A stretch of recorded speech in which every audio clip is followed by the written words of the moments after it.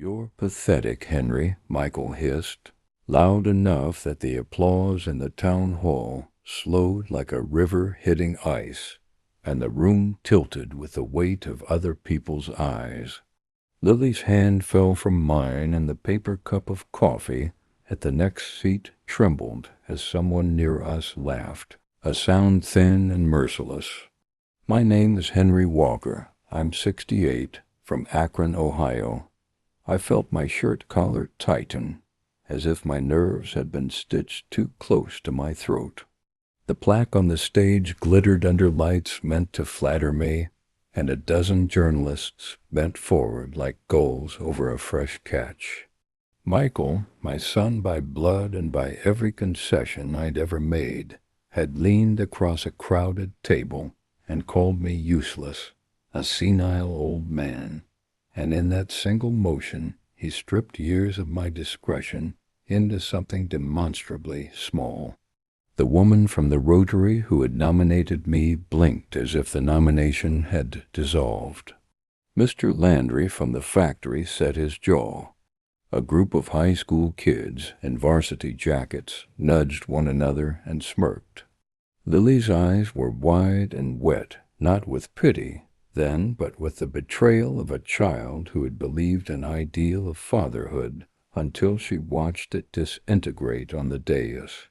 My laugh came out dry and controlled, a sound practiced for boardrooms and investor calls, and I let it curl into an apology for the room while I counted the seconds it would take for recollection to become an accusation in Michael's mind.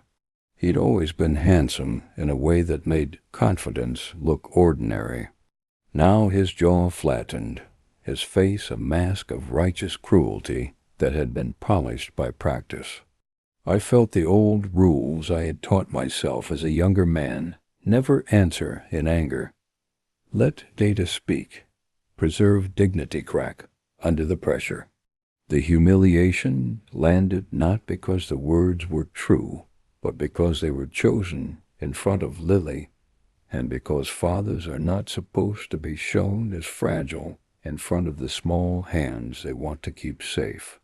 I walked off the stage while a stranger patted my shoulder like one might quiet a skittish dog, and in the green room the smell of diner coffee and cigarette smoke combined with the antiseptic tang of event catering.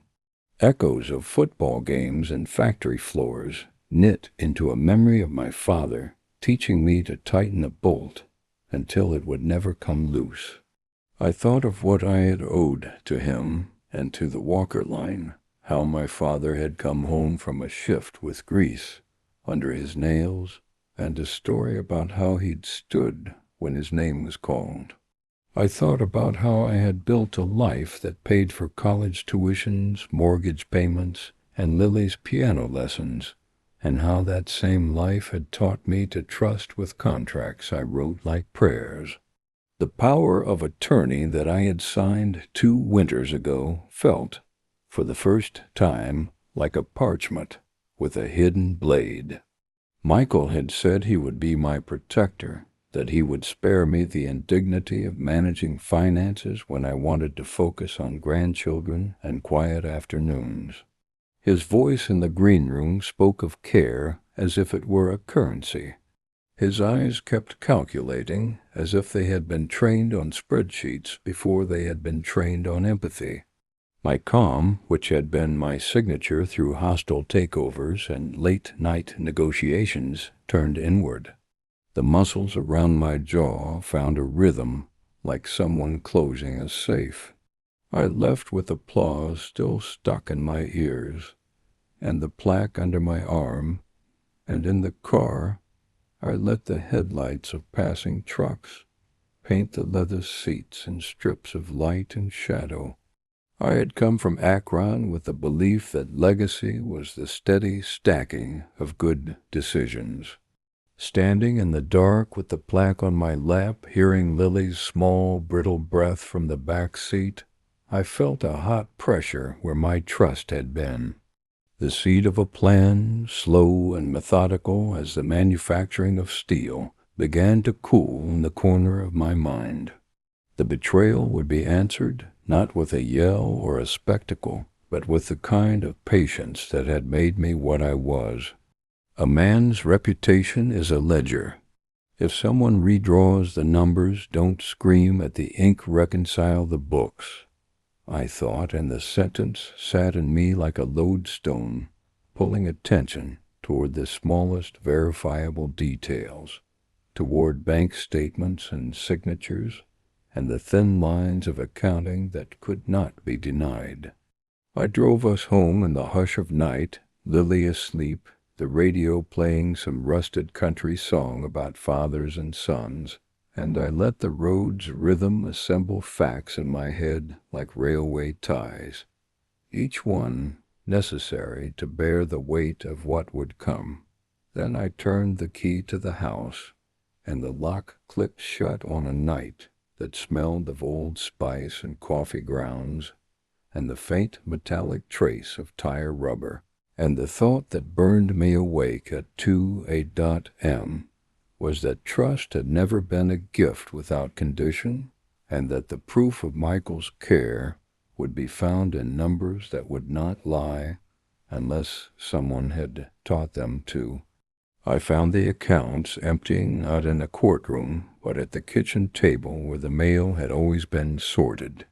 A statement arrived like a confession in columns, withdrawals, transfers, wire instructions that bent my eyes in ways the light did not, numbers neatly arranged like the pieces of a chess game I had once won and now had to play again. Michael had always preferred efficiency.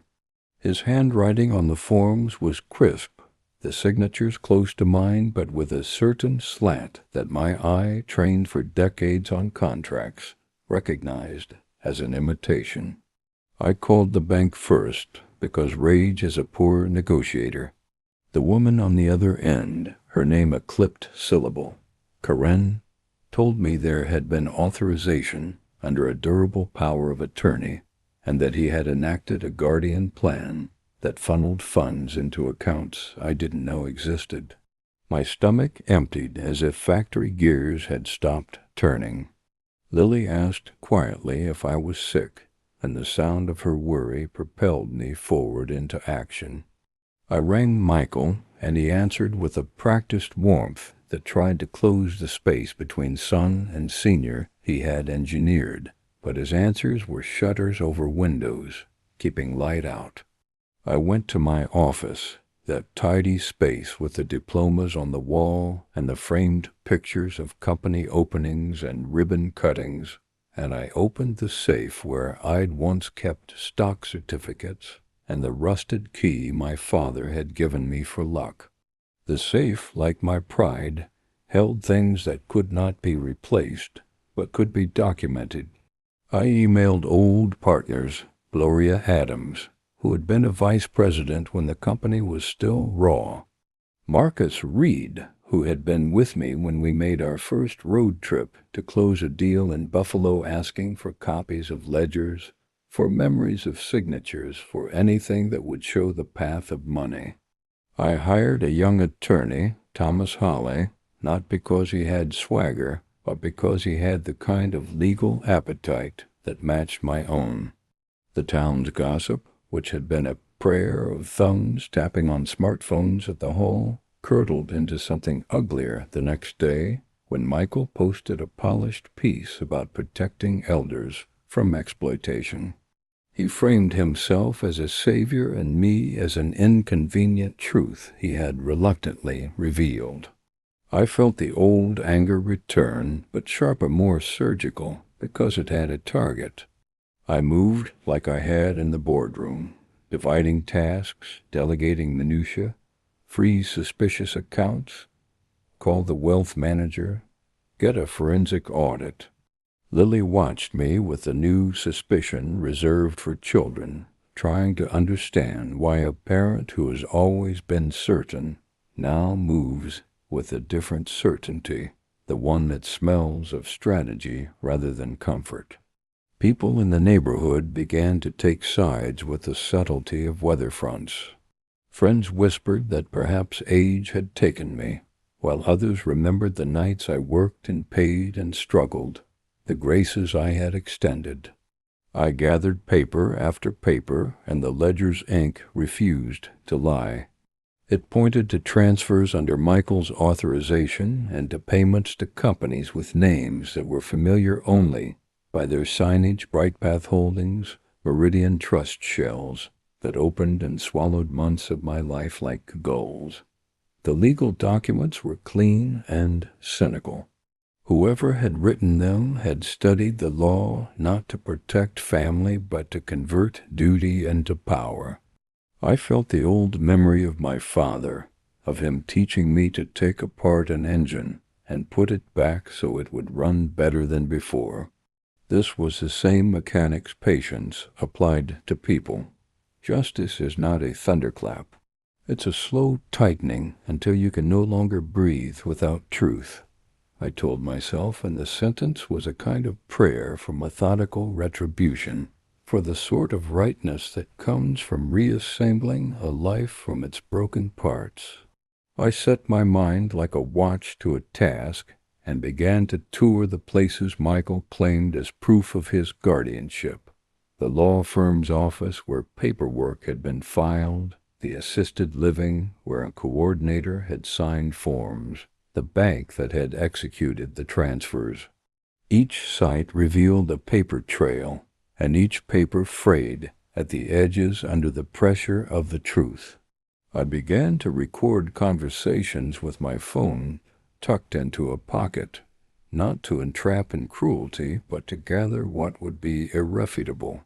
His voice admitting the transfers, his casual mentions of protecting Dad, used like a coin to buy himself access. The town watched, the coffee shop counters murmured, and Lily's teachers sent notes asking if she was all right.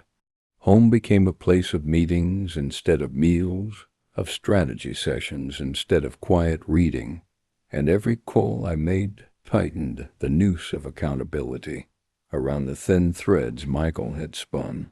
He believed he had redesigned the architecture of my life by drafting new documents and moving money into anonymous accounts, but he underestimated the stubbornness that comes from someone who has rebuilt factories and lives from scrap metal and idea. I never showed all my cards at once. Instead, I let small facts become lures, an anonymous tip to an auditor, a whispered question to a compliance officer who had once worked under me, a stray check that bounced with the name of a company that didn't exist until last spring. Marcus Reed found a pattern in the transfers that looked like a map, a loop of accounts that reappeared under different corporate names but with the same routing signature. Gloria discovered that a signature sample Michael submitted to the bank had been traced back to a day when I was at a charity gala with a notarized check-in, proving my physical presence miles away.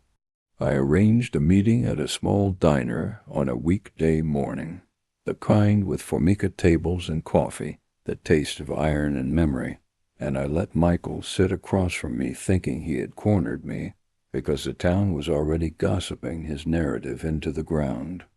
Lily came with me and sat in a booth, her elbows on the table like a teenager's, and Michael unfolded himself in front of two other men. He'd brought an accountant named Paul Greer, and a large man with a suit that smelled of new leather, his name Brett Lanning. I sipped my coffee and let the steam be my veil. The diner buzzed with noon crowds, and the little bell over the door chimed as people came and went, the rhythm comforting in a way that made my anger less urgent and therefore more dangerous. I asked Michael about the transfer to Brightpath in a tone that could have been a question from a man who didn't understand finance. He gave me a rehearsed lecture about management and protection and fees, his language sterile as hospital paper. Lily watched his mouth and then looked at me, and in her gaze there was the question of whether the man who had claimed to save me was the same man who loved her. I slid forward a folded bank statement to the table without making a show of it and let the paper sit between us like an accusation. Michael made a face and said the signature was mine, that I'd authorized it in a private meeting, and then laughed softly, as if the joke were on me.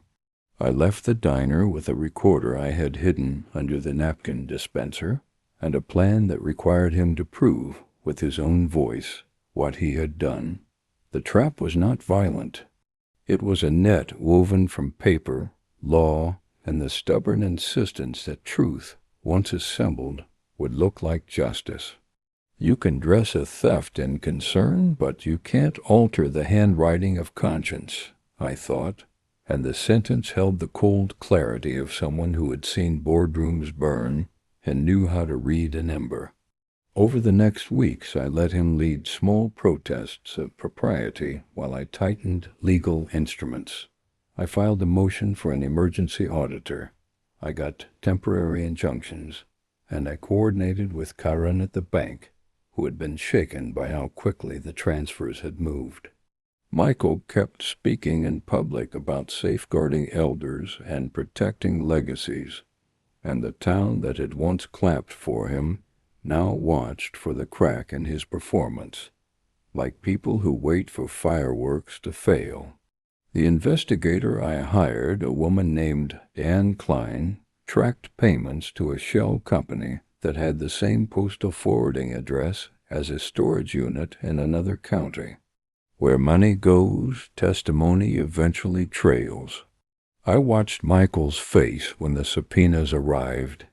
He tried to smile like a man who still owned the boardroom, but his mouth betrayed him, pulling at edges that weren't quite willing to be brave.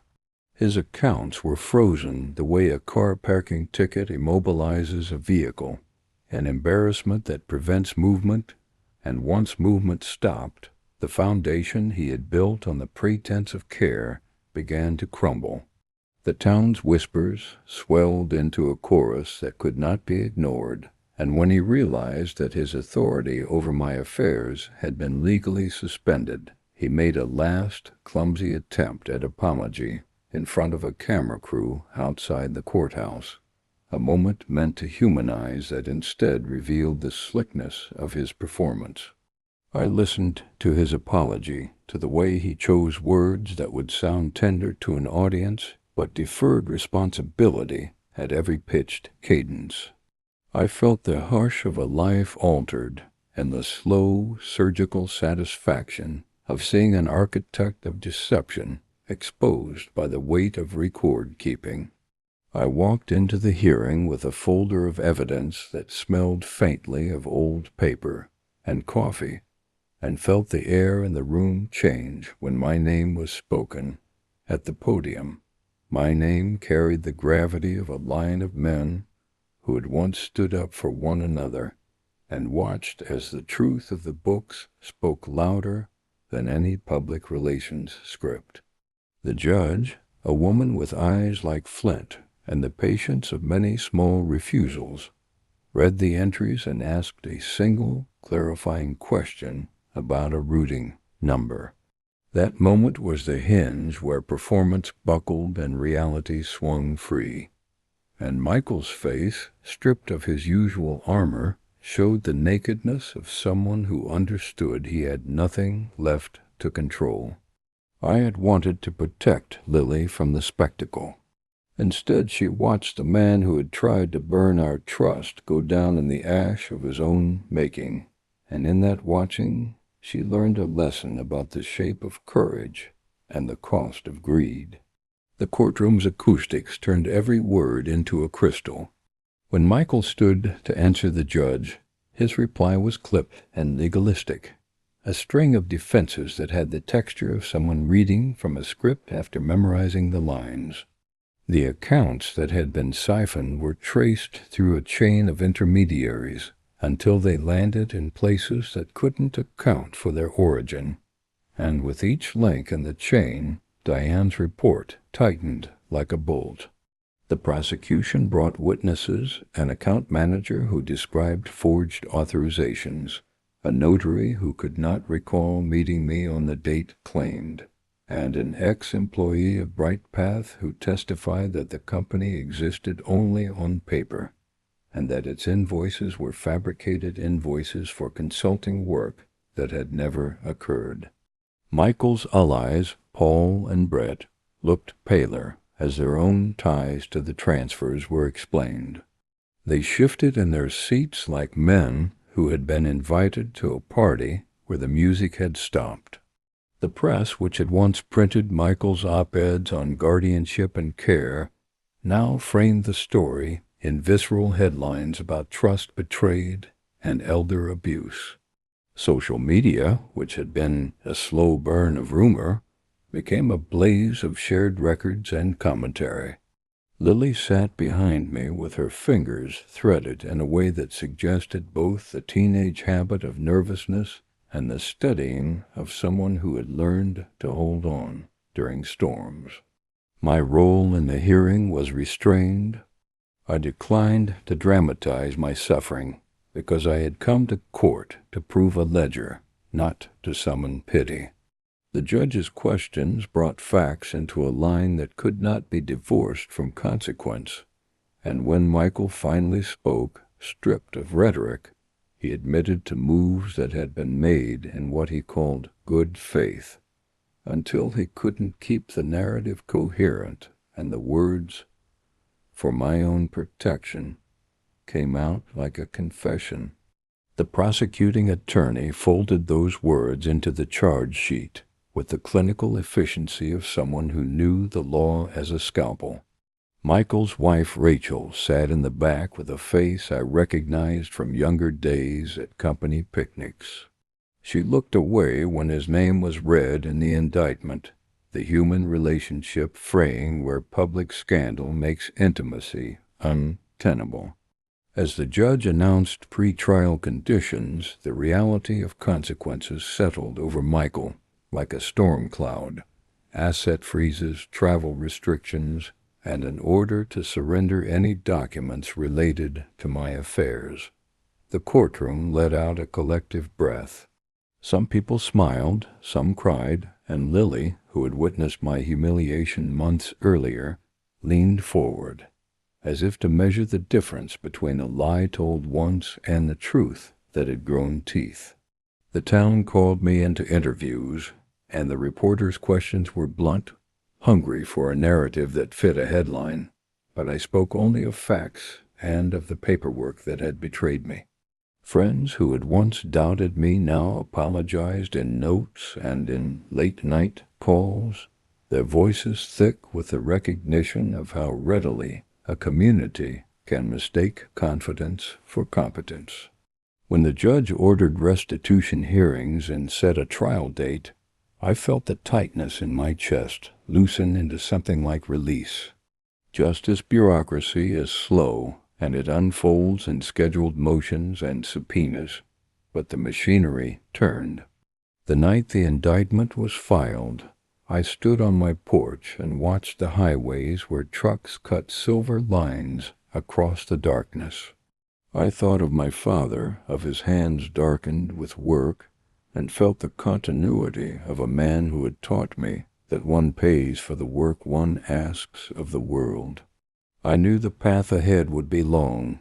Depositions, negotiations, the way a trial can reveal new cruelties.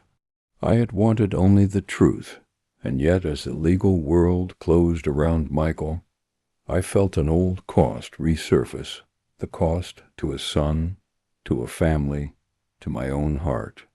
You can break a man's accounts, but you can't break what he remembers of himself, I told myself in the quiet, and the sentence was honest to the bone, a simple notation that a life built on labor leaves more than cash in its wake.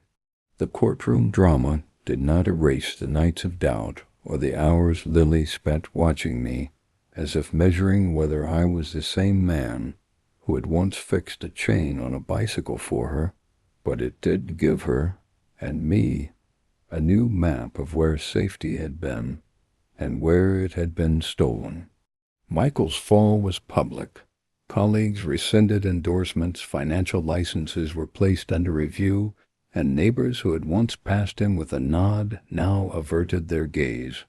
The shame he had dealt me on the stage returned to him multiplied, and the people who had once applauded his speeches about caring for elders turned their backs as the truth took a shape that could be read on paper. When the day of the restitution hearing finally arrived months later, the room's light was thin and honest, and Michael's face had the tired pallor of a man who has learned too late the cost of shortcuts. The judge read the ledger and the amounts involved and then asked for the rationale behind each transfer in a tone that suggested both pity and impatience. Michael's explanations dissolved under cross-examination. He had no receipts for purported consulting work, no contracts signed by third parties, only a string of vague assertions about protection and management. The defense tried to paint him as a son who had only wanted to spare me the indignity of managing my own affairs, but the records would not permit emotional paint to cover the facts. Witnesses testified about brewery nights and tailgate parties where Michael had boasted about consolidating family assets. The banter he had treated as a joke now read back as motive. Rachel, who had once stood by him through small scandals, could not reconcile the man she married with the ledger's blunt arithmetic, and, in a moment when private life collided with public consequence, she requested separation papers that would later be filed quietly.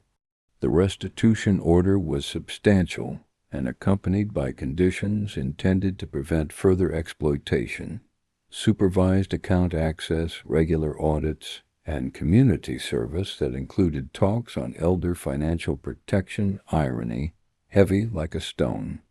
The prosecutor recommended criminal charges for fraud and elder abuse. The grand jury later returned an indictment that would bind Michael's freedom to months in court and potentially to time behind bars. I watched him receive the papers and saw a man unmoored, his posture that of someone who had always relied on control and now had to learn the fragile art of not having it. Lily, who had been the catalyst for so much of my determination, hugged me afterward in a hallway lit by fluorescent bulbs and said nothing for a long beat. Her silence had the weight of a verdict. I felt a complex grief for the son I had loved and for the man he had chosen to be, and even as relief braided itself into satisfaction, a scar formed over an old place. I had won restitution in the court's terms, but the rehabilitation of trust would take a different currency years of honest behavior and the slow rebuilding of a family ledger that measured more than dollars. I walked back to my car with the papers folded under my arm, the filament of streetlight glinting on the windshield like a harsh promise, and thought of the small practicalities, the checks that would be returned to accounts, the counsel fees that would need payment, and the simple fact that life, like business, required upkeep. Outside, the city hummed. A bar down the street closed with the clink of glass, a delivery truck backfired, and a late-night diner washed plates in the glow of a neon sign. These smells and sounds anchored me to the real, to the everyday work of a life that had been bruised but not broken. I had expected more triumphant fireworks. Instead, I received the quieter justice of systems doing their work. In the weeks that followed, the community organized a small seminar at the library on elder financial safety, where I spoke plainly about signatures and safeguards, about how a durable power of attorney can be misused by someone with a bright smile and the wrong ambition, and Lily distributed pamphlets to people her age who came with their grandparents. Michael's reputation unraveled into smaller truths. The friends who had enjoyed his company in the good times kept polite distance. Business partners rescinded invitations. I felt the world recalibrate around the truth, and in that recalibration, I learned to measure the cost of staying silent. When everything had been tallied and the last of the transfers was accounted for, the court ordered Michael to make restitution and face a term of supervised release. The criminal case lingered, but the civil realities were set. I walked out of the courthouse into a September afternoon with the low sun and the smell of cut grass, and Lily beside me held a thermos of coffee that tasted of the diner where we'd made plans. She looked older in a way that made me ache, as if a childhood had been compressed into a single eye-opening lesson. I had achieved a sort of victory that left my hands calloused in different places, the hands of a man who had been forced to be both father and executor of his own life.